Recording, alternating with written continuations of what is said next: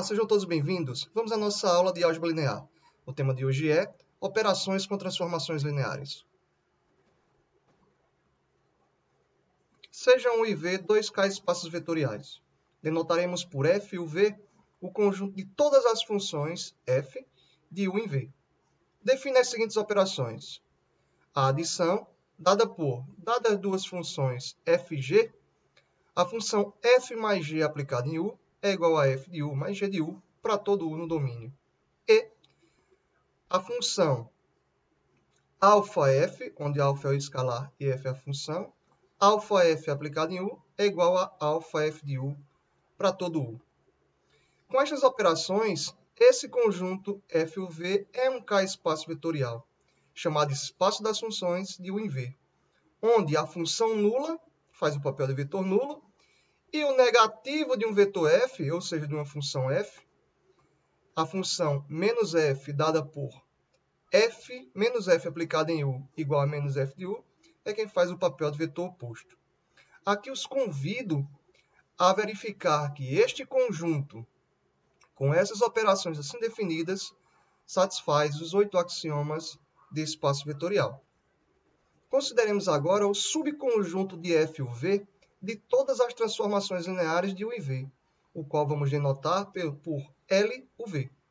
Observe que de todas as funções cujo domínio é o espaço vetorial U e o contradomínio é o espaço vetorial V, nós estamos considerando agora apenas essas funções que são transformações lineares. Temos que o conjunto L u v é um subespaço de f e u v. E esse L u v é chamado de espaço das transformações lineares. Ora, para mostrarmos que esse conjunto é um subespaço vetorial, devemos mostrar que, dados dois vetores nesse conjunto, a soma continua no conjunto, e dado um escalar no corpo e um vetor no conjunto, a multiplicação alfa vezes o vetor continua no conjunto. Ou seja, devemos verificar que esse conjunto satisfaz as duas condições da definição de subespaço vetorial. Então vamos lá. Sejam T1 e T2 duas transformações lineares de U em V e alfa um escalar no corpo K. Temos que T1 mais alfa T2 aplicado em U1 mais lambda U2 é igual a T1 aplicado nesta soma mais alfa T2 aplicado nessa soma. Essa distribuição foi possível porque esses vetores são vetores do espaço vetorial U. São casos particulares que são transformações lineares. Agora, como T1 é uma transformação linear e T2 também é uma transformação linear, então vamos ter T1 aplicado em U1 mais lambda T1 aplicado em U2. De forma análoga, alfa T2 aplicado em U1 mais alfa lambda T2 aplicado em U2. Vamos agora associar apenas aqueles T's que estão aplicados em U1. Então, eu vou ter T1 aplicado em U1 mais alfa T2 aplicado em U1. Mais lambda, colocamos este lambda em evidência. Vamos ficar com T1 aplicado em U2 mais alfa T2 aplicado em U2. Novamente, vamos aqui aplicar a definição da soma do espaço f e u v. Então, podemos escrever T1 mais alfa T2 aplicado em U, mais lambda T1 mais alfa T2 aplicado em U2. Então, vejam que esta função aplicada nesta soma ficou esta função aplicada no primeiro, mais lambda, esta função aplicada no segundo. Ou seja, esta função é, por si só, uma transformação linear. Então, tomamos duas transformações lineares e um escalar, mostramos que T1 mais alfa T2 é ainda uma transformação linear. Particularmente, nós temos que a soma de transformações lineares é uma transformação linear e a multiplicação de um escalar por uma transformação linear é também uma transformação linear. Vamos agora definir outra operação entre transformações lineares. Sejam UV e W 3K espaços vetoriais. T1, uma transformação linear de U em V. E T2, uma transformação linear de V e W. O produto T2T1 ou aplicação composta de T2 com T1 é definido por T2T1 aplicado em U é T2 composto T1 aplicado em 1. Ou seja, primeiro aplicamos T1 no vetor U, depois aplicamos T2 no resultado de T1 aplicado em U, para todo U do domínio. Observe aqui que o domínio de T2 coincide com o contradomínio de T1. Essa condição tem que ser satisfeita para que nosso produto ou aplicação composta esteja bem definida. Apresentamos aqui nesse diagrama a representação dessa definição. Então, temos espaço vetorial U, espaço vetorial V, espaço vetorial W. A transformação T1 leva de U em V. Então, leva o vetor U em T1 aplicado em U. E a transformação T2 leva de V em W, aplicando então T2 ao vetor T1 de U. Qual o objetivo da nossa transformação produto? É levar direto de U para W. Com essa definição, nós temos agora uma função T2T1. A pergunta que nos cabe é, dadas as duas transformações, será que a combinação, a composição entre elas é também uma transformação? Vimos agora há pouco que a soma de transformações é uma transformação e a multiplicação de um escalar por uma transformação é uma transformação. E a pergunta aqui é, dadas as duas transformações, será que a composição entre elas é ainda uma transformação? O próximo resultado nos traz exatamente a resposta para esse questionamento. Sejam U e V 3K espaços vetoriais, T1 uma transformação de U em V e T2 uma transformação de V em W.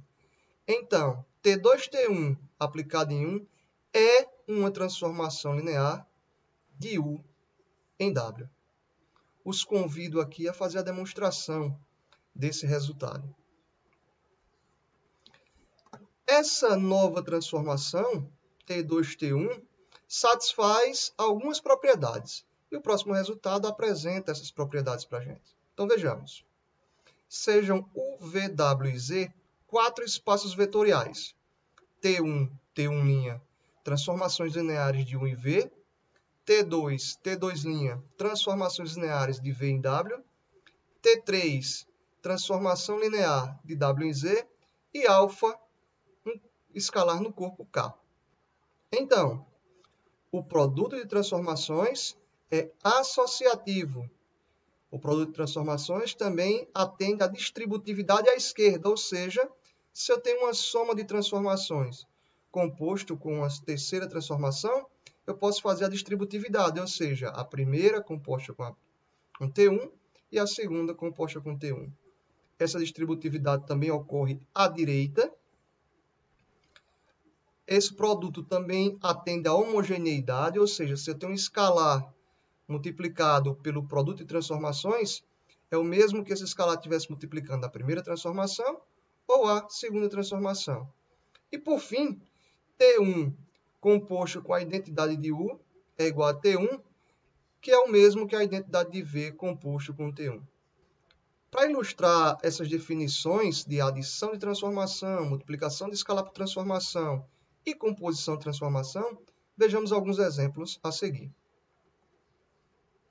Sejam T1 e T2 transformações lineares de R2 e R3, definidas por T1 de xy é igual a x mais y, vírgula, x menos y, vírgula 2y. E T2 de xy é igual a y menos x, vírgula, x mais y, vírgula, x. Determinar T1 mais T2, depois determinar metade de T1 e, por fim, 2T1 menos 3T2. Vamos então calcular inicialmente T1 mais T2. Por definição, temos que T1 mais T2 aplicado em xy é igual a T1 aplicado em xy mais T2 aplicado em xy. Ora, quem é T1? T1 é é x mais y, vírgula, x menos y, vírgula 2y, somado com T2, que é dado por y menos x, x mais y e x. O que nós vamos fazer agora é simplesmente somar entrada a entrada. Então, primeira entrada mais primeira entrada. X mais y somado com y menos x. Vamos ter 2y. Segunda entrada com segunda entrada. X menos y somado com x mais y. 2x. Por fim, terceira entrada com terceira entrada. X mais 2y. Então, guardemos aqui esse resultado. Esta é a transformação T1 mais T2 aplicada em xy. Vamos, então, à segunda transformação pedida. Foi pedido para calcularmos T1 sobre 2 aplicado em xy. Ora, isso é meio de T1 de xy. Ou seja, meio que multiplica. T1 é x mais y, vírgula, x menos y, vírgula, 2y. Aqui temos um escalar multiplicando um vetor, e como já sabemos desde as aulas de espaço vetorial, esse escalar vai entrar multiplicando cada uma das entradas do vetor. Então, teremos, parêntese, x mais y, vou aumentar um pouco esse parêntese, x mais y sobre 2, vírgula, x menos y sobre 2, vírgula, e na terceira entrada eu tenho apenas y, pois o 2 vai simplificar com o 2 do denominador. Então, esta é a segunda transformação linear pedida. Vamos, por fim, fazer aqui o cálculo da terceira transformação linear pedida. Está sendo pedido para calcularmos 2t1 menos 3t2 aplicado em xy. E essa é a transformação linear pedida, ou seja, 2t1 menos 3t2.